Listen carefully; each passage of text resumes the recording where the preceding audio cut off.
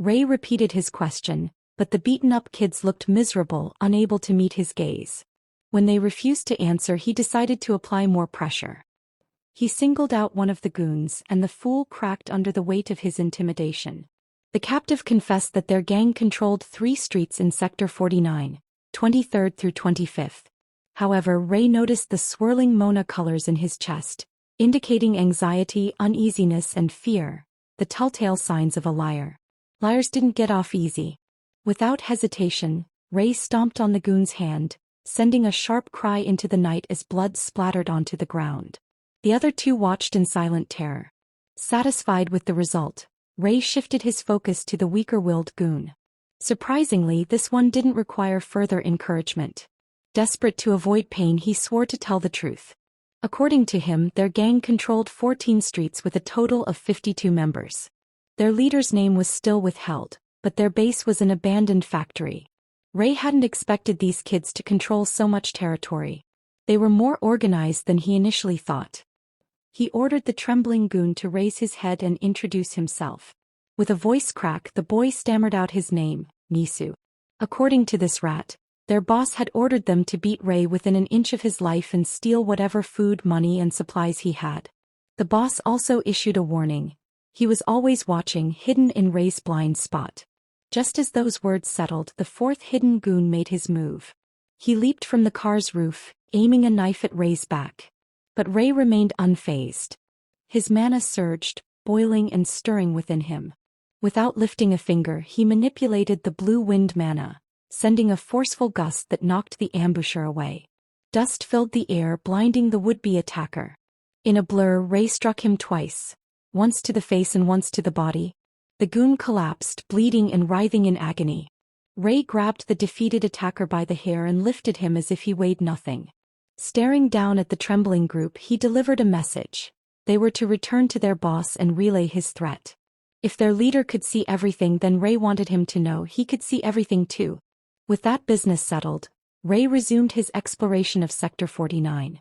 Much like his home sector, he found that the people here knew nothing about magic. As he quietly traversed the streets, a group of unremarkable characters approached him, inviting him to a less crowded area. His instincts immediately went on high alert, but they assured him they weren't looking for a fight. When Ray asked if they were part of the same gang as the kids he had beaten the previous night, they admitted they were. Side character number 1 then pulled out a note but hesitated. None of them could read. They had been ordered to recite what was written, but their illiteracy rendered that impossible. Running out of patience, Ray snatched the note from them and read it himself. As he skimmed over its contents, the trio gawked at him as if he were a mystical being. To them, the ability to read might as well have been magic. Only 2 people in their gang, the boss and someone named Waver, could read. The note was simple and confident, an invitation. If Ray worked for the gang, he would never starve. Curious, Ray turned back to the trio and asked how they chose their leader. The process was straightforward. The strongest took the role. Accepting their invitation, Ray led the way to meet this so-called boss.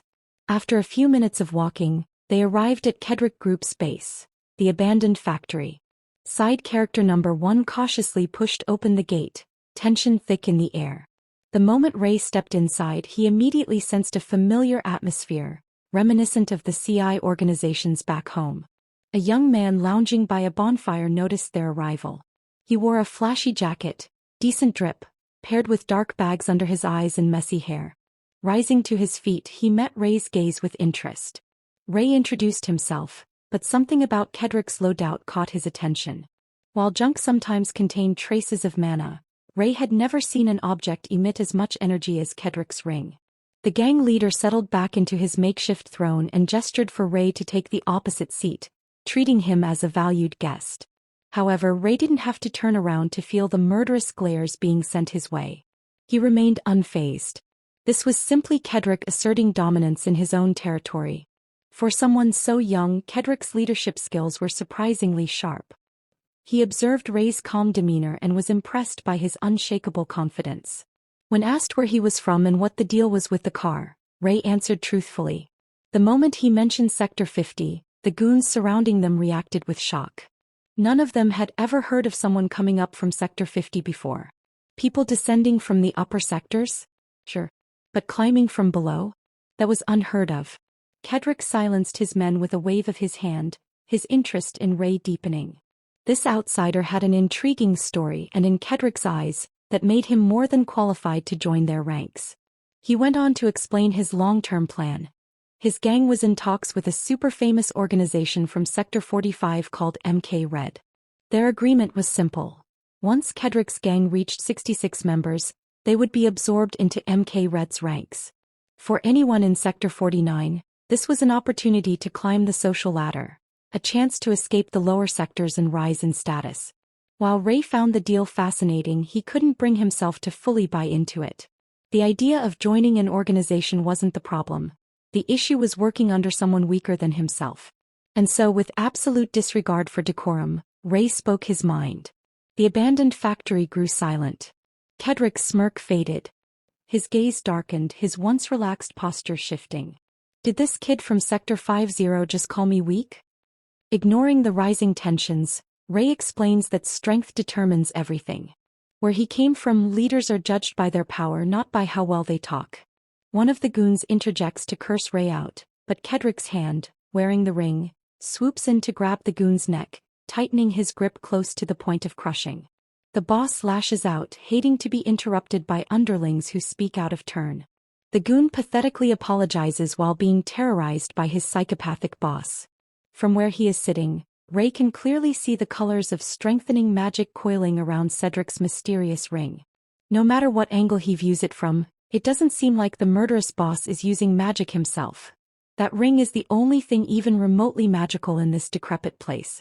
Getting bored of the violent display, Ray asks one of the goons when the tantrums are going to end.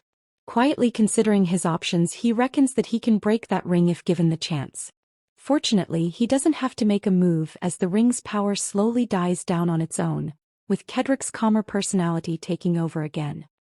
He releases his underling from the painful chokehold, scratches his head and innocently apologizes for getting a little too heated. These sudden shifts in emotion are not normal at all. Now they can discuss what Ray meant when he insinuated that he's stronger than the org's current leader. All they have to do is test that thought, right? When Ray doubles down on his insults, Kedrick's throne zooms past, inches from his head. The ring's power has taken over again, causing the boss to go absolutely feral. He even asks his underlings if they are thinking the same thing. The poor goons hurriedly gaze at their boss, telling him that he is the strongest. Ray is now certain that the ring is reacting to Kedrick's emotions.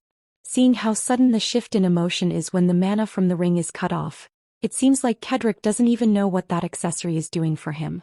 Since Ray wants to see his strength, he proposes a fight for the leadership position. The loser works for the winner and all that jazz. Kedrick smiles, obviously liking the idea. He sets the time for the duel in 1 week. The boss wants to make a show out of it. He wants to fight while everyone's watching, including guys from other gangs. That way they will be certain who is strongest in front of countless witnesses. Before he leaves, Ray asks Kedrick where he got the ring. The boss playfully promises to let Ray know the answer to that question if he wins. But given how high the stakes are, Kedrick won't let something like that happen. The very next day, Ray roams the streets with the thought of the magical ring still lingering in his mind. Eventually, someone throws a rock from his blind spot.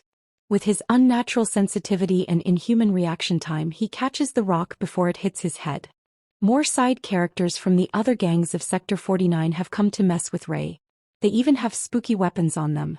Ray is stuck in the middle of a sketchy alleyway, surrounded by armed and dangerous gangsters on both sides. They keep yapping about running these streets and fixing Ray's attitude. Our boy has already had enough of this useless blabber. If they are going to fight, there's no need to waste any more time.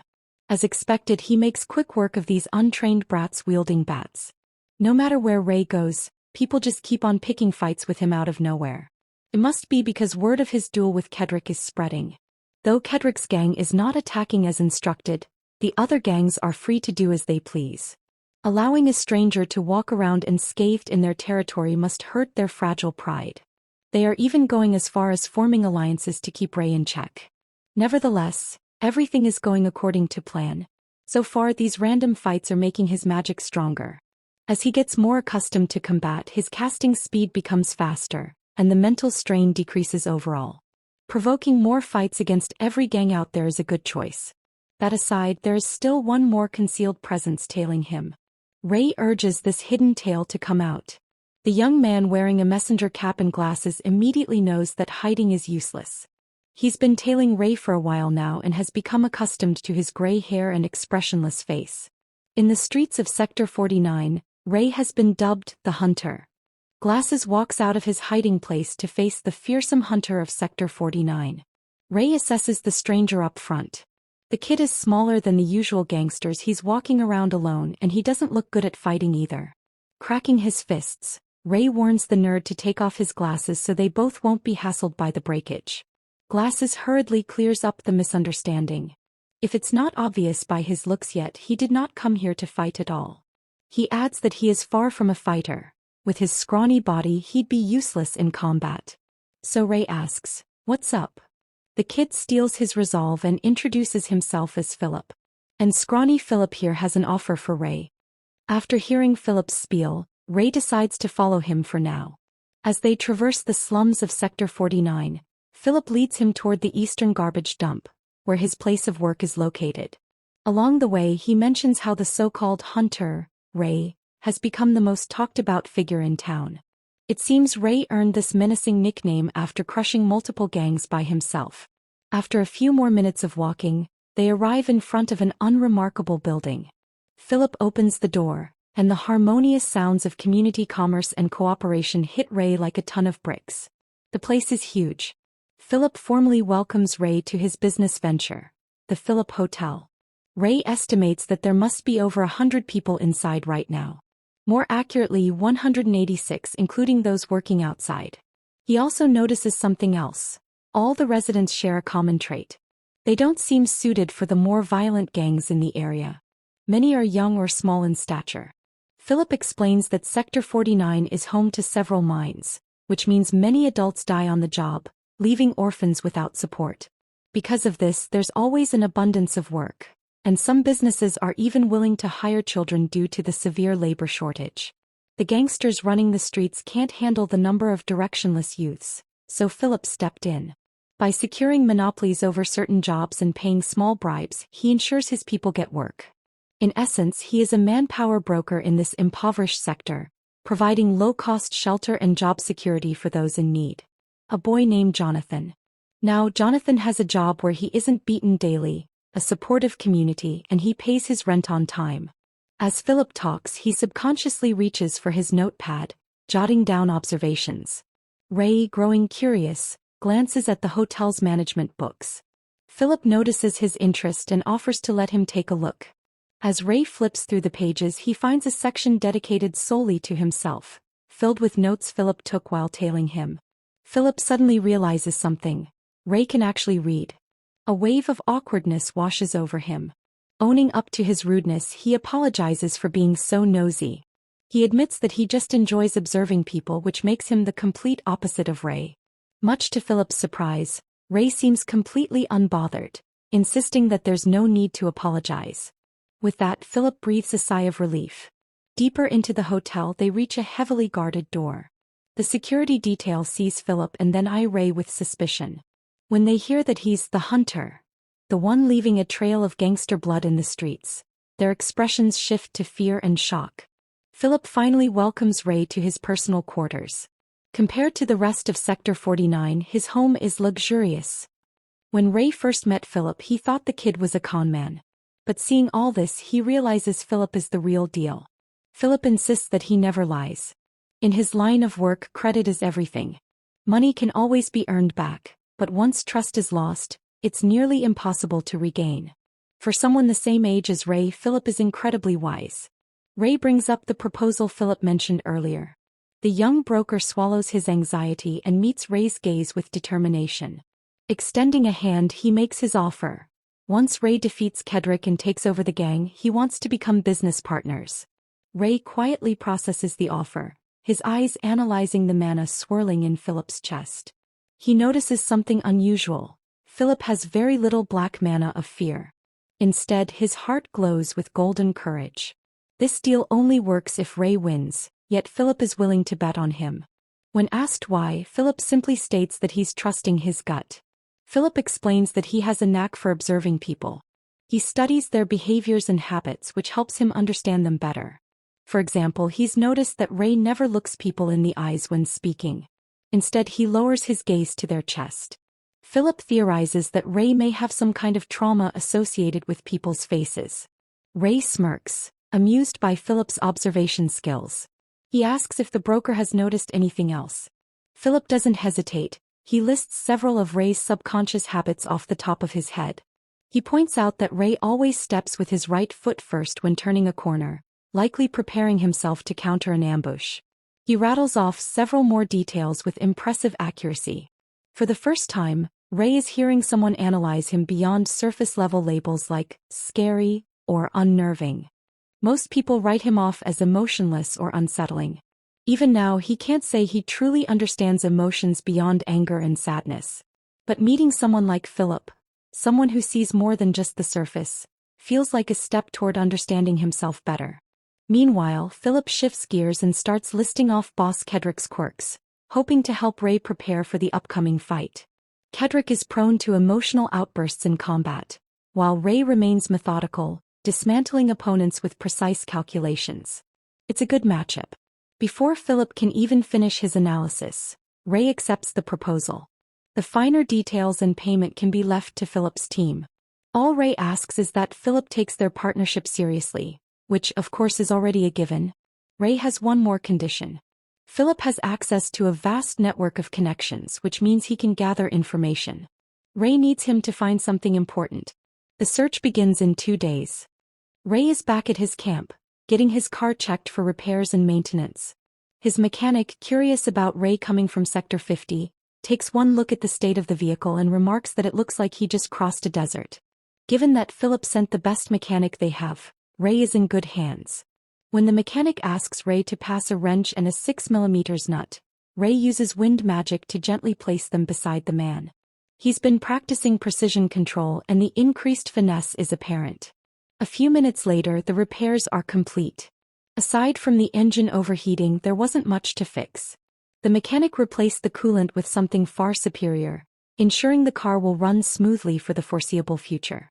What Ray doesn't know is that the mechanic secretly brought the most expensive replacement he could find from the shop where he works. People from the hotel go above and beyond when it comes to Philip's requests. After all, he's their savior. Without him, most of them would be out of work. That's why everyone tries their best to repay him. Before leaving, the mechanic hands Ray a note written by Philip. Since it would be hard to memorize a long message, Philip wrote it down instead. Finally, the enthusiastic mechanic packs up his tools and heads out. Back at the office, Philip had promised to gather information on mages, as Ray had requested earlier. He had heard rumors about people who could use magic before and vowed to investigate anyone even remotely suspicious. Given Philip's extensive web of information, it didn't take long for him to deliver. In just 2 days, Philip compiled a substantial list of potential leads. The first entry was about Wolfman, a 42-year-old baker on 2nd Street. Witnesses claimed they saw him carrying an extremely heavy bag with one hand. Probably nothing. Next was Kenny, a store clerk from 8th Street who allegedly ate dry wheat bread without wincing. Definitely suspicious, but probably not magic-related. As Ray skimmed through the list, his hopes of finding a real mage started to dwindle. Most of the leads seemed like baseless rumors or bizarre quirks mistaken for supernatural abilities. But then a single line of text caught his attention. An incident that seemed worth investigating. A steel pipe had fallen from a rooftop in an abandoned shopping district. A man, estimated to be in his 30s or 40s, had been frequently seen moving between the surface and underground levels while carrying food. On that particular day, a strong gust of wind had knocked the steel pipe off course, narrowly missing the man. However, he hadn't reacted with any surprise or fear as if he had expected it. That alone made him a promising lead. On the way to the shopping district, Ray passed a familiar area, the bookstore he had first seen on his arrival in Sector 49. 2 kids were squatting outside making sure the store was closed. Every day they had been throwing rocks at the windows, tormenting the owners and forcing them to cease operations. Ray overheard them talking about getting double pay if they managed to pressure the store owners into selling the property. This time, instead of targeting the store, they planned to throw rocks at the second floor, where the owners lived, to make their lives unbearable. Just as one of the kids prepared to throw a hefty rock, the second floor window swung open. A fiery young woman leaned out, yelling at them in fury. She had heard everything and was absolutely livid. The anger in her voice was real, but Ray could see the truth in her manner. Despite her harsh words, she was trembling with fear. The yellow light of courage swirled in her chest, but it was nearly drowned out by the black mana of fear. The kids, sensing her hesitation, only laughed. To them, she was just putting on a tough act. Without hesitation, one of them finally hurled the rock. Luckily, his aim was terrible and it smashed against the wall instead of hitting its intended target. Still, the impact was enough to rattle the young woman. It was common knowledge that the bookstore was only occupied by children and a few sick elders, making them easy targets. Fighting through her terror, the girl continued yelling at the kids, refusing to back down. But the little psychopaths only grinned and prepared to pelt her with more stones, this time aiming directly at her face. Just as Ray was about to step in and stop things from escalating, something shocking happened. A brilliant light burst from the girl's palms, a radiance unlike anything Ray had ever seen before. Mana danced around her hands, forming a chaotic gust of wind that intercepted the incoming rock, stopping it from hitting her. The two kids staggered back, their cocky smirks replaced with wide-eyed shock. With tears in her eyes, the young woman clenched her fists, her body still trembling. And in that moment, Ray realized the truth.